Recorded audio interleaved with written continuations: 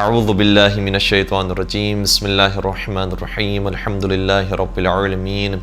والصلاة والسلام علی اشرف الانبیاء والمرسلین وخاتم النبیین سیدنا و مولانا ابی القاسم محمد اللہم صل علی محمد وآل محمد وعجل فرجہم وعلى أهل بيته الطيبين الطاهرين المعصومين المظلومين ولعنة الله على أعدائهم أجمعين. أما بعد فقد قال الله تبارك وتعالى في محكم كتابه المجيد وفرقان الحميد بسم الله الرحمن الرحيم فلولا نفر من كل فرقة منهم طائفة ليتفقهوا في الدين ولينذروا قومهم إذا رجعوا إليهم لعلهم يحذرون. درود پڑھ دیجئے محمد وآل محمد پر. اللہم صل علی محمد وآل محمد وعجل فرجہم. سامعین گرامی، آج انشاءاللہ ہم چھٹے سرکار حضرت امام جعفر صادق علیہ السلام کے مکتب اور مدرسے پر کچھ روشنی ڈالنے کی کوشش کریں گے. گرچہ اس کے بارے میں کئی سارے آرائز ہم نے خود بیان کیے ہیں اور کئی سارے علماء کرام کے بیانات اور فرمائشات موجود ہیں، لیکن ہم اپنا حصہ ڈالنے کی کوشش کریں گے کہ چھٹے سرکار حضرت امام جعفر صادق علیہ السلام کے مدرسے میں پڑھنے والوں کی تعداد 4000 بیان کی گئی ہے. اور گرچہ کہ یہ امام کے مدرسے کے شاگرد تھے، لیکن یہ بعد میں جا کر دنیا والوں کے لیے استاد اور امام بنے ہیں، جس میں سے ایک نام بہت معروف ہے امام ابو حنیفہ کا نام، لیکن اس کے علاوہ کئی اور بزرگان ہیں کہ جنہوں نے امام کے درس سے فیض حاصل کیا. مثال کے طور پر سفیان بن عیینہ، سفیان ثوری، امام مالک نے امام سے فیض حاصل کیا. اور اسی طریقے سے ایک نام کہ جو مشرق سے لے کر مغرب تک ہر جگہ پر مشہور ہے اور جنہیں فادر آف کیمسٹری کہا جاتا ہے، جن کا نام جابر بن حیان ہے، اور وہ بھی امام جعفر صادق علیہ السلام کے شاگرد تھے. تو امام کے مدرسے کے اندر مختلف علوم کو پڑھایا جاتا تھا. صرف ایسا نہیں ہے کہ قرآن کی تعلیم دی جا رہی ہے یا حدیث کی تعلیم دی جا رہی ہے یا فقہ کی تعلیم دی جا رہی ہے، بلکہ مختلف ڈائمنشنز کے ساتھ یہ مدرسہ کامیابی کے ساتھ گامزن تھا.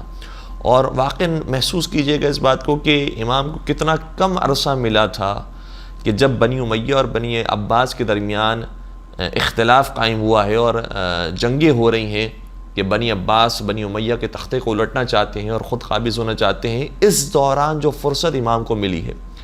اور ویسے تو امام کی مدت امامت 35 یا 34 سال ہے،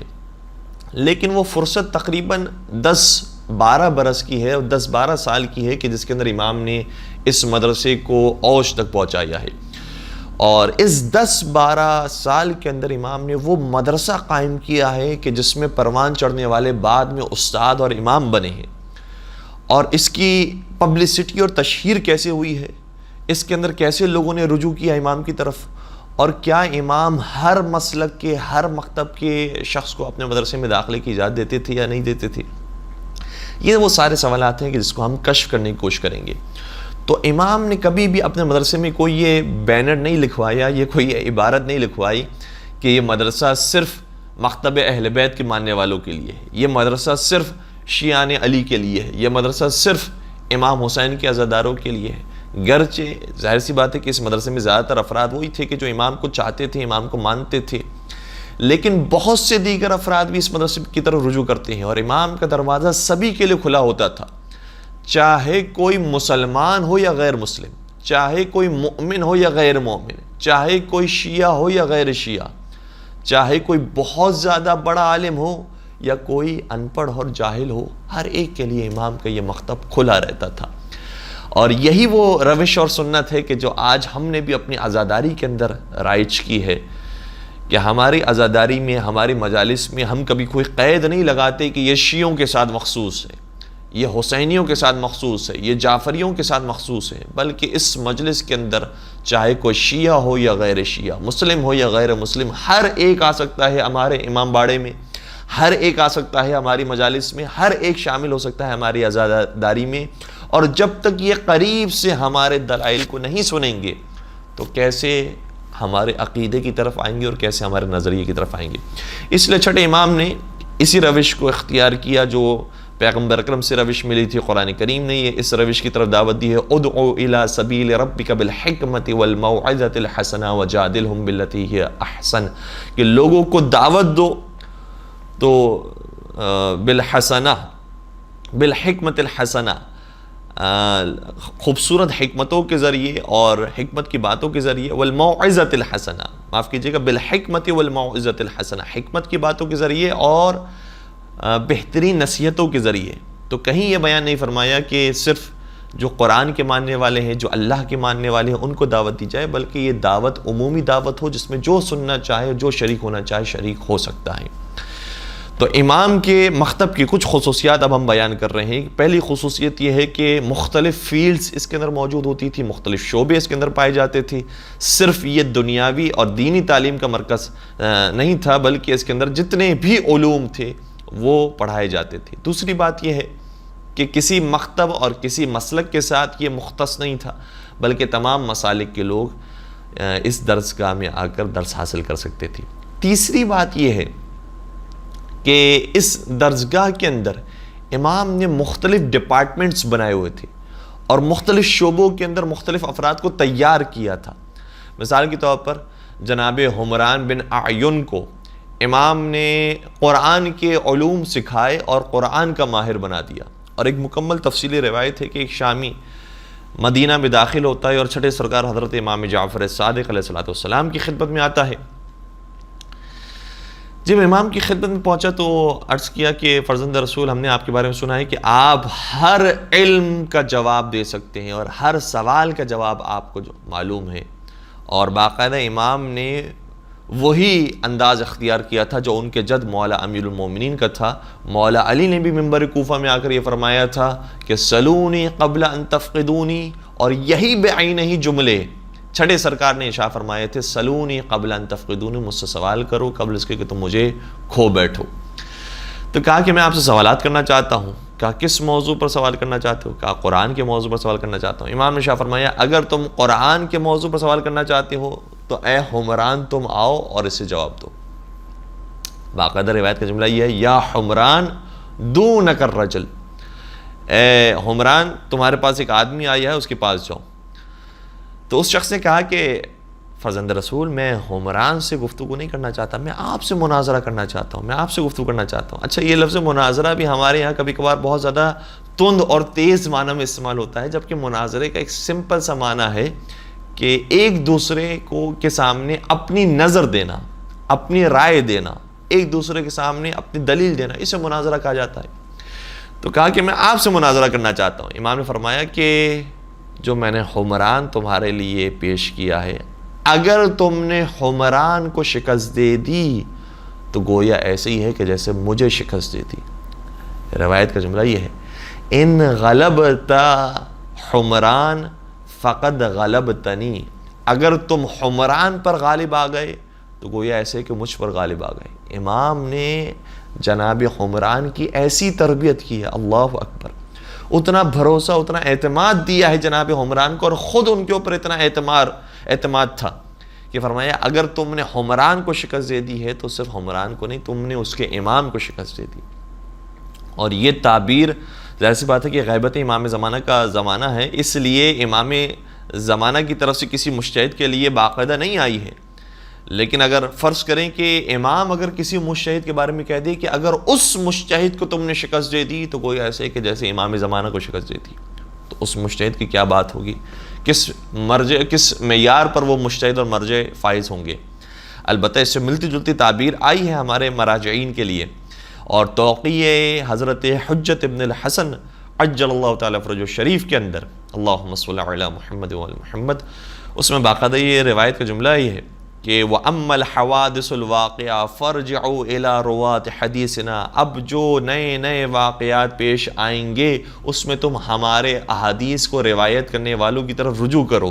مجتہدین کی طرف رجوع کرو۔ کیوں؟ فَإِنَّهُمْ حُجَّتِي عَلَيْكُمْ وَأَنَا حُجَّةُ اللَّهِ عَلَيْهِمْ، فرمائے اس لیے کیونکہ وہ تم پر میری جانب سے حجت ہے اور ہم ان پر اللہ کی جانب سے حجت بنائے گئے۔ تو یہ اعتماد امام کو اپنے مراجعین کے اوپر بھی ہے، اپنے احادیث کے روایت کرنے والے راویوں کے اوپر بھی ہے کہ تم ان کی باتیں سنو، مراجعین کے فتاوی پر عمل کرو، کیونکہ یہ میری طرف سے تم پر حجت ہے اور پروردگار نے مجھے تم پر اور ان پر حجت بنایا ہے۔ تو مراجعین پر بھی بہرحال ہم اسی طرح سے بھروسہ کرتے ہیں کہ جس طرح سے غیبت کے چونکہ زمانہ ہے اس لیے ہم ان کے اوپر وہ اعتماد کر رہے ہیں، ورنہ اگر امام ظاہر ہوتے اور امام ہمارے سامنے ہوتے تو کوئی نہ مرجع یہ جرأت کر سکتا تھا کہ وہ اپنا فتویٰ بیان کرے، اور نہ ہم یہ کام کرتے کہ مجتہدین سے رجوع کرتے، بلکہ ہم ڈائریکٹ امام سے معلوم کر رہے ہوتے۔ لیکن اس غیبت کے دور میں اور اس پر آشوب دور کے اندر خود امام نے یہ طریقہ بیان کیا ہے کہ تم مراجعین سے رجوع کرو، اس لیے ہم مراجعین سے رجوع کرتے ہیں۔ خلاصہ یہ کہ حمران سے کہا کہ تم ان سے گفتگو کرو، حمران نے گفتگو کرنا شروع کی، اور جب گفتگو سے فارغ ہوئے تو اس شخص سے امام نے سوال کیا، اے شامی تم نے کیسا پایا حمران کو؟ کہا زبردست میں نے پایا، میں نے جو سوال کیا اس سے سارے سوالات کے جوابات دیے، اور جب اس نے مجھ سے سوالات کیے تو میں کسی سوال کا جواب نہیں دے سکا۔ کہ اب میں آپ سے ایک اور موضوع پر بھی مناظرہ کرنا چاہتا ہوں۔ کہا کس موضوع پر؟ کہا ادبیات عرب کے موضوع پر، ادب کے بارے میں جو عربی قوانین ہیں اس بارے میں آپ سے بحث کرنا چاہتا ہوں۔ امام نے آواز دی اپنے ایک اور صحابی کو جس کا نام ابان بن تغلب تھا، کہا کہ ابان بن تغلب جاؤ اس سے مناظرہ کرو۔ کہا کہ میں آپ سے مناظرہ کرنا چاہتا ہوں۔ امام نے فرمایا کہ اگر تم نے اس کو شکست دے دی تو گویا ایسے کہ مجھے شکست دے دی، اور پھر اس نے ابان بن تغلب سے مناظرہ کیا، پھر حمزہ طیار سے مناظرہ کیا، پھر ہشام ابن حکم سے مناظرہ کیا، مومن طاق سے مناظرہ کیا، ہشام ابن سالم سے مناظرہ کیا۔ یہ ساری پوری روایت موجود ہے، لیکن اس روایت کے اندر جو بات ہمیں سمجھ میں آتی ہے وہ یہ ہے کہ امام نے اس کا مطلب اپنے طالب علموں کی، اپنے شاگردوں کی اس طرح سے تربیت کی تھی کہ وہ مختلف علوم کے ماہر ہو چکے تھے، مختلف ڈپارٹمنٹس میں وہ استاد بن چکے تھے۔ اس لیے امام نے ہر ایک کو اس کی فیلڈ کا اسپیشلسٹ بنا دیا، اور گویا امام نے آج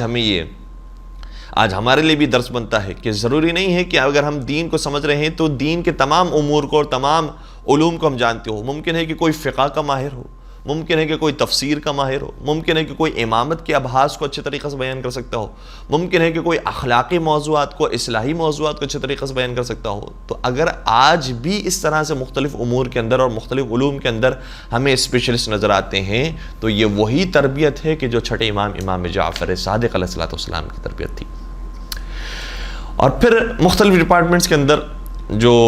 بڑے افراد تھے ان سے لوگ آ کر رجوع کیا کرتے تھے اور پھر ان کے شاگرد ہوا کرتے تھے۔ ایک روایت کا جملہ یہ ہے کہ جب امام کی شہادت واقع ہو گئی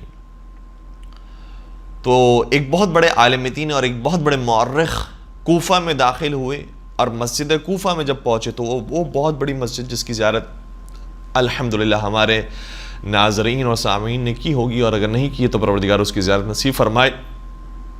اس مسجد کے اندر وہ مورخ کہتا ہے کہ میں نے مختلف دروس کے حلقوں کو دیکھا، کہیں کوئی درس ہو رہا تھا، کہیں کوئی درس ہو رہا تھا، کہیں کوئی درس ہو رہا تھا، کسی موضوع پر کسی موضوع پر کسی موضوع پر، اور میں نے ہر درس کے حلقے میں شرکت کی تو میں نے کیا دیکھا کہ ہر درس کے حلقے میں جو استاد ہے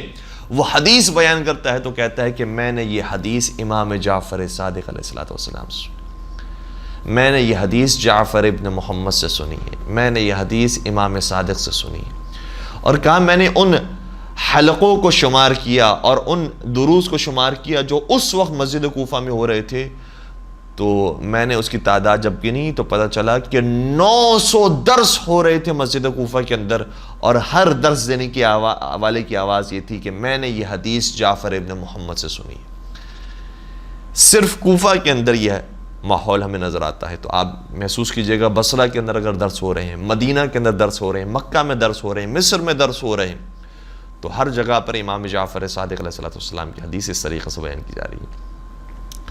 تو بہت علمی ماحول امام نے قائم کر دیا تھا۔ اور یہاں رک کر ایک جملہ ہم اور بھی عرض کرنا چاہیں گے کہ ادارے بنانے کی بہت زیادہ اہمیت ہوتی ہے، مدرسوں کے قائم کرنے کی بہت زیادہ اہمیت ہوتی ہے۔ ہمارے یہاں کبھی کبھار فردی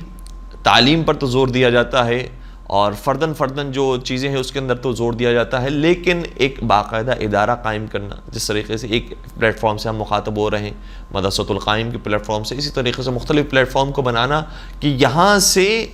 مسلسل لوگ آتے رہیں، پڑھتے رہیں اور پھر بڑے عالم بن کر دنیا کے اندر وہ کام کرتے رہیں، یہ بہت ضروری ہے۔ چھٹے سرکار نے اس طرح کا یہ پلیٹ فارم قائم کیا تھا، اور ضروری نہیں ہوتا کہ اس پلیٹ فارم کو قائم کرنے میں یا کسی بھی اسٹوڈنٹ کو قائم کرنے میں ہم بہت زیادہ انفراسٹرکچر پر توجہ دیں کہ بھائی کمرے اتنے کشادہ ہونے چاہیے، ہر جگہ پر اے سی ہونا چاہیے، ہر جگہ پر پنکھوں کا انتظام ہونا چاہیے، اور بڑے صوفے ہونے چاہیے، کرسیاں ہونی چاہیے، اچھے میز ہونے چاہیے۔ اگر ہو تو بہت اچھی بات ہے، لیکن امام اس حوالے سے رکے نہیں کہ جب تک یہ میرا مدرسہ اس طرح سے تیار نہیں ہوگا، مختلف کمرے نہیں ہوں گے، مختلف اس طرح سے انتظامات نہیں ہوں گے، تب تک میں درس دینے کے لیے نہیں جاؤں گا۔ امام نے اپنے درس کا آغاز کر دیا، اس کے بعد خود بخود ماحول بننا شروع ہو گیا۔ ہمیں کام سے مطلب ہے، ہمیں رنگ و روغن سے مطلب نہیں ہے۔ بعض دفعہ لوگ سلوگنز پر بہت زیادہ توجہ دے رہے ہوتے ہیں، نعروں پر بہت زیادہ توجہ دے رہے ہیں۔ سوال یہ ہے کہ ان کا آؤٹ کم کتنا ہے، سوال یہ ہے کہ انہوں نے پیش کیا ہے، نتیجہ کیا آیا ہے مارکیٹ کے اندر، اور نتیجہ کیا آیا ہے دنیا کے اندر، یہ اہم ہے۔ نہ یہ کہ ہم پہلے سے ڈونیشن جمع کر لیں اور پیسے جمع کر لیں، اور اس کے بعد پھر ہم یہ خواب و خیال کے اندر سوچیں کہ اتنی بڑی عمارت بنے گی اور اس کے اندر یہ قائم ہوگا، یہ قائم ہوگا۔ انشاءاللہ اگر عمارت بھی بنائی جا رہی ہے کہیں پر تو اس امید کے ساتھ بنائی جائے کہ اس مقصد تک انسان پہنچے، لیکن اگر اتنے وسائل موجود نہیں ہیں تو انسان کو کام نہیں چھوڑنا ہے، کام اپنے اعتبار سے جاری و ساری رکھنا ہے۔ اور آج کے زمانے میں بھی جب کورونا وائرس پوری دنیا میں پھیل چکا ہے تو یہ الحمدللہ آج کی ٹیکنالوجی ہمارے سامنے موجود ہے کہ ہم آج بھی آڈینس ہمارے سامنے فزیکل اٹینڈنس کے ساتھ نہیں ہے، لیکن کیمرے کے توسط سے، مائک کے توسط سے، سوشل میڈیا کے توسط سے ہم یہ بات پہنچانے کے قابل ہو رہے ہیں۔ تو کام الحمدللہ انسان کو جاری و ساری رکھنا چاہیے، چاہے وسائل موجود ہوں یا وسائل موجود نہ ہوں، ہمیں نتیجے کو فوکس کرنا ہے اور آؤٹ کم دینے کی کوشش کرنی ہے، اور لوگوں کے سامنے وہ آؤٹ پٹ پیش کرنا ہے کہ جو امام جعفر صادق علیہ السلام نے پیش فرمایا۔ ایک درود پڑھ دیجئے محمد و آل محمد پر۔